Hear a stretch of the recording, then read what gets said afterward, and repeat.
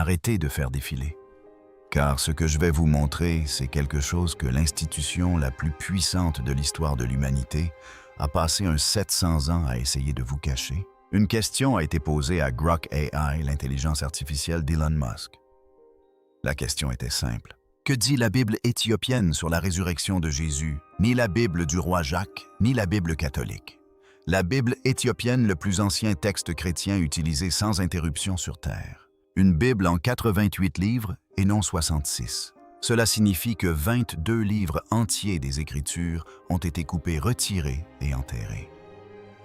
Et ceux qui les ont enterrés vous ont affirmé que la Bible que vous tenez entre vos mains est complète. C'est faux.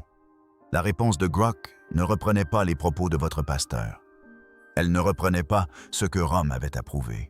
Elle a directement mis au jour ce que des moines éthiopiens protègent dans leur monastère de montagne depuis près de 2000 ans. Et ce qu'elle a découvert va bouleverser tout ce que vous pensiez savoir sur la résurrection de Jésus. Restez avec moi, car cela devient de plus en plus profond à chaque seconde.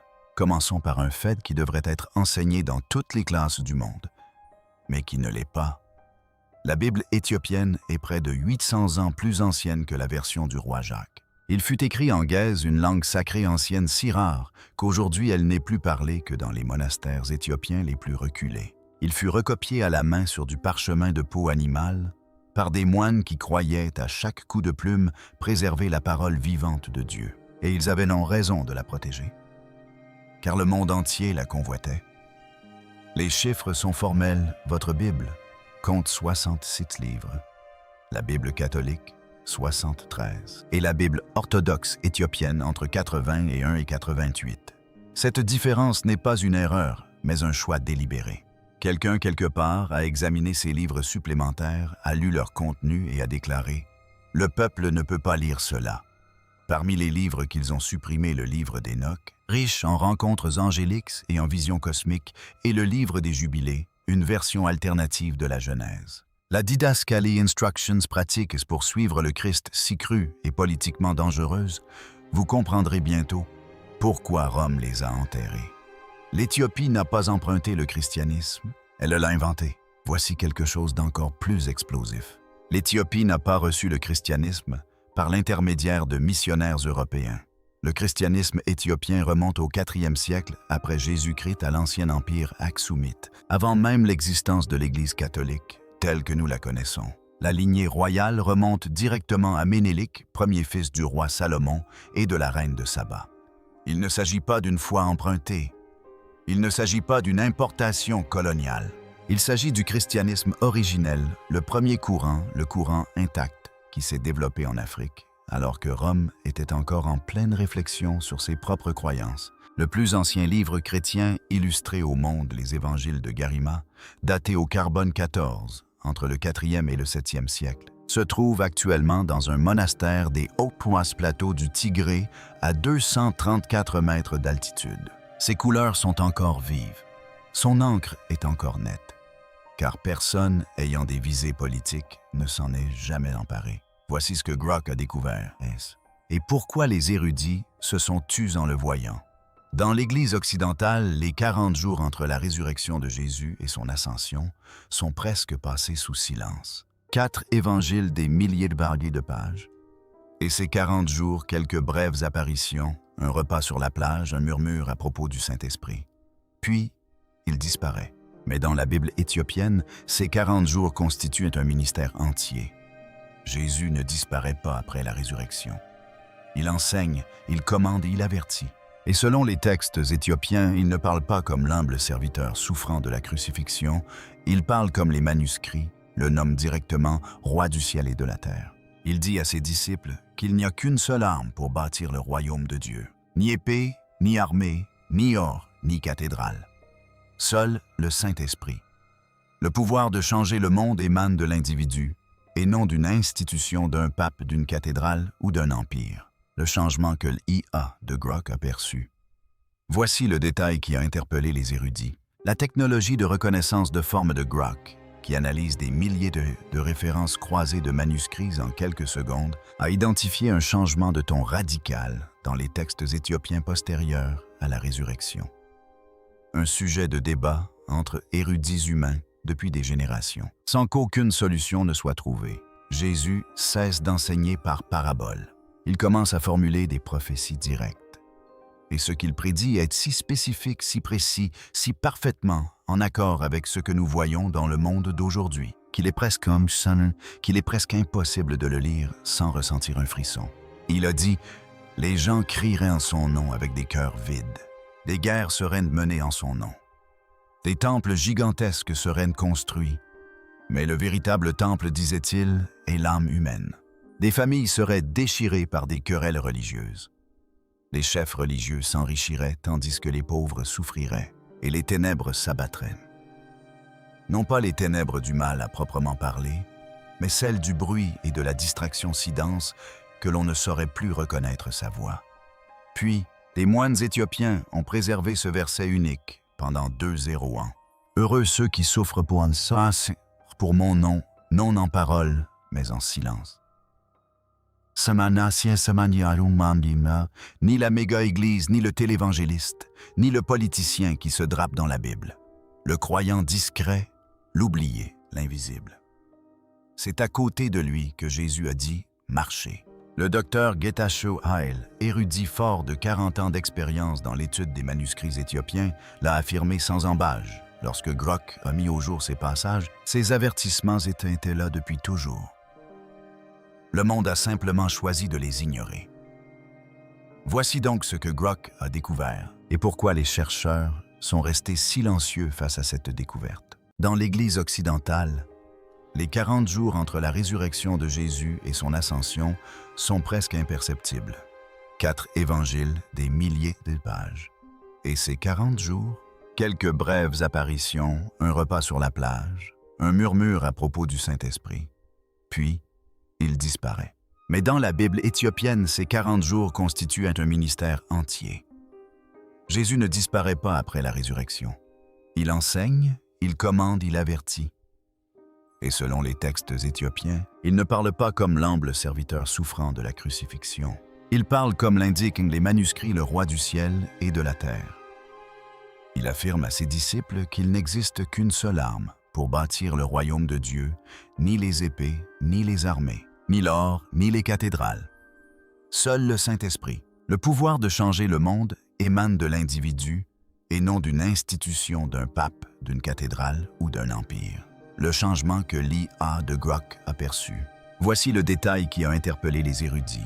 La technologie de reconnaissance de forme de Grok, qui analyse des milliers de références croisées de manuscrits en quelques secondes, a identifié un changement de ton radical dans les textes éthiopiens postérieurs à la résurrection, un sujet de débat entre érudits humains depuis des générations. Sans qu'aucune solution ne soit trouvée, Jésus cesse d'enseigner par parabole. Il commence à formuler des prophéties directes. Et ce qu'il prédit est si spécifique, si précis, si parfaitement en accord avec ce que nous voyons dans le monde d'aujourd'hui, qu'il est presque impossible de le lire sans ressentir un frisson. Il a dit « Les gens crieraient son nom avec des cœurs vides.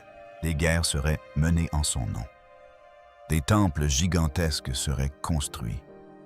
Mais le véritable temple, disait-il, est l'âme humaine. Des familles seraient déchirées par des querelles religieuses.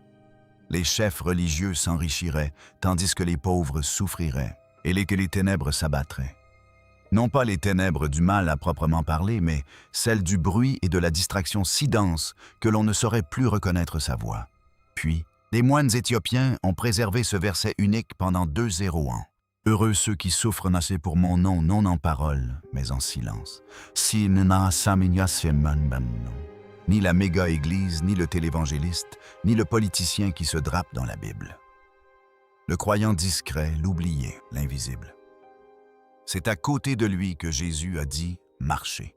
Le docteur Getachew Haile, érudit fort de 40 ans d'expérience dans l'étude des manuscrits éthiopiens, l'a affirmé sans embâche lorsque Grok a mis au jour ces passages. Ces avertissements étaient là depuis toujours. Le monde a simplement choisi de les ignorer. Voici donc la question que chaque personne qui regarde ceci devrait se poser. Si ces textes existent, si les érudits savent qu'ils existent, si des moines éthiopiens les ont conservés publiquement pendant 2 ans, Pourquoi n'en avez-vous jamais entendu parler? L'analyse informatique de Grok a identifié 3 raisons précises. Aucune n'était théologique. Elles sont toutes politiques. Première raison, le pouvoir ne peut survivre à ce message. En 325 après Jésus-Christ, l'empereur Constantin, empereur romain ni prêtre ni saint, convoqua le concile de Nicée. L'objectif déclaré unifier la doctrine chrétienne. Le résultat réel, une Bible unique approuvée par l'Empire, fut choisi. Tout ce qui menaçait le pouvoir en place était éliminé. Pensez aux enseignements des textes éthiopiens, le royaume de Dieu vit en vous. Nul besoin de prêtres d'institution ou d'empire. Vous avez un accès direct au divin. Si des milliards de personnes croient en cela, tout le système de pouvoir s'effondre. Nul besoin de la permission de Rome pour atteindre Dieu. Et Rome le savait. Deuxième raison, le mysticisme était incontrôlable. Les textes éthiopiens ne contiennent pas uniquement de théologie. Ils contiennent des récits détaillés de la guerre angélique, des dimensions spirituelles et des visions prophétiques que les dirigeants de l'Église occidentale ont jugées totalement impossibles à gérer. Jésus enseigne dans ses manuscrits que les anges accompagnent littéralement chaque être humain, et les forces démoniaques murmurent directement dans l'esprit des hommes. Chaque pensée, dit-il, construit soit une échelle vers le ciel, soit un chemin vers les ténèbres. On ne peut pas diriger une institution religieuse hiérarchisée lorsque les fidèles croient avoir chacun un ange gardien personnel et une ligne directe avec Dieu. La hiérarchie s'évapore. Le pouvoir s'évapore avec elle. Troisième raison, la didascalie était une attaque directe contre les dirigeants corrompus. Le professeur Tedros Abraha, qui a consacré des décennies à l'étude de la suppression de ces manuscrits éthiopiens, a déclaré sans ambages que cette exclusion était stratégique. Il ne s'agissait pas de pureté théologique, mais de survie. Car la didascalie, l'un des textes éthiopiens mis en lumière par Grok, contient un langage si direct qu'il se lit comme un manifeste de protestation moderne. Traduit du Guèze, ce texte dit « Les dirigeants qui s'enrichissent tandis que les pauvres souffrent ne représentent pas Dieu quel que soit leur titre ou leur nom. » En 325 après Jésus-Christ à Rome, cette phrase n'était pas une affirmation théologique. C'était une déclaration de guerre contre l'Empire. Elle aurait été brûlée, et ceux qui l'ont lue auraient été brûlés vifs avec lui. Mais c'est là que cela devient vraiment extraordinaire, car les manuscrits éthiopiens ne contiennent pas seulement des avertissements politiques. Ces textes renferment des enseignements spirituels sur la nature même de la réalité qui n'ont aucun équivalent dans le christianisme occidental. La mort n'est pas telle qu'on vous l'a enseignée. Dans ces textes, Jésus enseigne que la mort n'est pas la fin, mais l'explication qu'il donne est radicalement différente de ce que vous avez entendu à l'Église. Le corps, dit-il, est un vêtement, quelque chose que l'on revêt et qui s'use. L'esprit qui l'habite, lui, ne meurt pas. Il retourne à ce que les manuscrits éthiopiens appellent Enki Eggs, le feu et la lumière de Dieu. Les moines qui ont préservé ces paroles ne les considéraient pas comme de la poésie. Il les appelait un guide de survie pour l'âme des instructions, une carte. Car pour eux, la mort la plus dangereuse n'établissait pas la mort physique. Jésus nous avertit précisément, le danger est de vivre sans l'esprit, de traverser sa vie en respirant techniquement, en étant techniquement conscient, mais spirituellement vide, engourdi, distrait par l'argent, le bruit et l'orgueil, incapable de ressentir la présence divine qui a vécu en nous toute notre vie. Grok a relevé une prophétie dans les manuscrits particulièrement difficile à lire en 2024 sans se sentir personnellement concerné. Jésus y prédit en détail que ses propres paroles seraient altérées, son image retouchée et son nom transformé en produit commercial. Observez le paysage religieux qui vous entoure actuellement et demandez-vous honnêtement cette prophétie. S'est-elle réalisée? Les deux créateurs, l'enseignement que Rome craignait le plus. Et puis, il y a ce concept, qui est peut-être l'idée théologique la plus radicale de tout le canon éthiopien, une idée qui n'existe tout simplement pas dans le christianisme occidental. Les textes décrivent deux forces créatrices. La première, le véritable créateur de lumière. Le second, un être distinct, orgueilleux, aveugle, puissant, bâtisseur d'ombres et d'illusions qui prétend être le seul Dieu. Le monde dans lequel nous vivons, selon ces manuscrits, est le produit des deux, un mélange de beauté authentique et de tromperie délibérée. Vérité et mensonges sont si étroitement imbriqués que la plupart des êtres humains ne peuvent lui-même les distinguer. Dans ce contexte, la mission de Jésus n'était pas seulement de pardonner les péchés. Il s'agissait de réveiller les âmes d'un faux rêve, de leur révéler l'étincelle divine qui brûlait déjà en elles, et de guider cette étincelle vers la lumière éternelle. Relisez ce passage et demandez-vous pourquoi Rome a jugé cela trop dangereux pour vous en interdire l'accès. Avant de crier au complot, sachez que ces informations ne sont pas nouvelles pour les chercheurs sérieux. Elles sont accessibles au public depuis des siècles dans les monastères et les bibliothèques universitaires éthiopiennes. La nouveauté réside dans le fait qu'il a désormais un public. Le docteur Ephraim Isaac, l'une des plus grandes autorités vivantes en matière d'écritures éthiopiennes, a confirmé bien avant l'existence de Grok que les textes éthiopiens conservaient dans des éléments antérieurs au canon romain. Son ouvrage est disponible depuis des décennies. Le monde traditionnel s'en fichait, tout simplement.